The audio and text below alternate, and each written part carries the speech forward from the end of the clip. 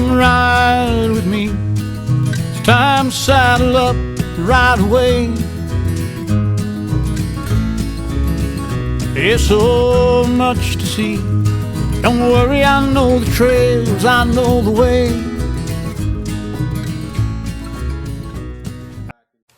Good morning, this is Daniel Dauphin with Dauphin Horsemanship. We're here today to teach you how to tie a simple but effective slobber strap or bit hobble on your snaffle bit.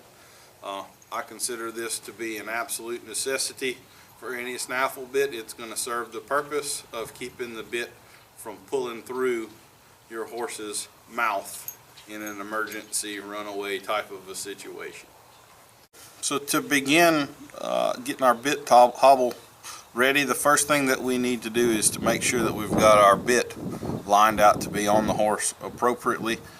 You can see the mouthpiece on this bit has some mullenness to it. It's got some curve, and so if I were to try to put it on the horse in this manner, hopefully it would be obvious to you that that is backwards and that it needs to be like so. I do see bits backwards in headstalls more often than you might think.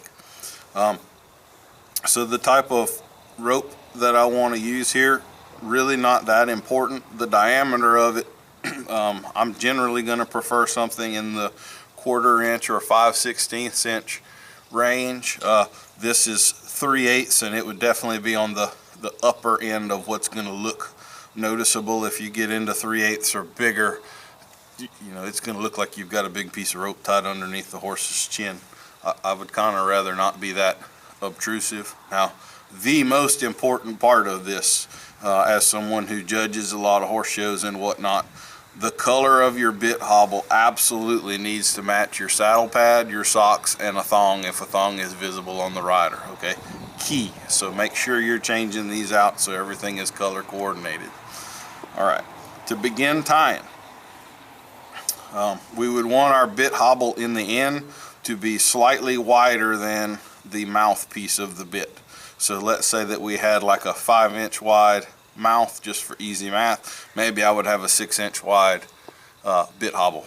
The reason for that is I want this bit to be able to turn out as I'm pulling on it, but I don't want both rings to be able to do like that and you know, be able to pull the bit through the horse's mouth. The bit hobble is going to hold this ring from turning, and of course wrap the bottom side of the horse's chin where we kind of have the entire lower jaw encompassed, and we can't just pull the bit through the horse's mouth. So this is nothing but a safety fixture. It has zero effect on how the bit's going to ride. It's not going to help you. It's not an aid of any kind. It is just a safety feature that will keep the bit from pulling through the horse's mouth in a worst case scenario, runaway sort of a situation. So we're going to just pass the string through both loops. All right, I do want that to be even so that everything's going to stay nice and neat and tidy. We're going to simply form the loop that's necessary for our sheet bend knot. And again, this is exactly the same sort of knot that we're going to tie to put a rope halter on. If you can tie a rope halter and put it on a horse properly, you can do this. All right, so we're going to take our running end, we're going to pass it, and because it's under the ring, I'm going to come from under to go through that loop. All right, I am going to go around both pieces, so that's the only thing that's different between this and put my halter on. And then I'm going to come underneath. If my hands would work. All right, so that's our sheet bend complete. I want a little extra insurance on one of these that it's not going to come in, so I'll take another wrap around, making this a double sheet bend, or what would be termed sometimes a contractor's hitch. And boom. So that is our double sheet bend knot. I do like to wrap this other piece of rope because it kind of keeps everything together and tidy. And I think you can also see that I've got my nice little fuzzy end. I could cut this off the same length. I could unravel those and have two little fuzzies and make this sort of tassel-ish if I were so inclined. Again, you can of course change the color of the rope or whatever, but this would be perfectly functional perfectly adequate. And really, again, with the Snaffle, it's really no sort of aid.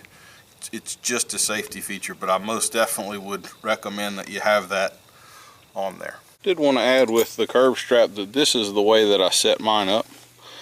With a lot of people, they'll put this slobber bar on the front side of the rein, and that's the traditional way to do it. I find when it is up there that it's going to constantly, you can see as I'm rubbing those whiskers, he's not real appreciative of that. And I've seen some horses that that slobber strap rubbing those whiskers just drove them nuts. So I prefer it to be behind the rein.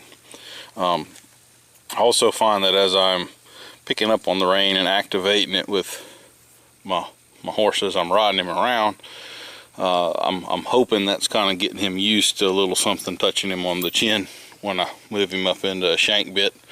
My theory is that it might help me with the horse being a little more comfortable with that sort of pressure. So again, non-traditional, this is me just using my brain and thinking, but I see several good reasons to put that behind the rein rather than in front of it. No idea why in front of it should be better, although that is the traditional way. All right, thank you much.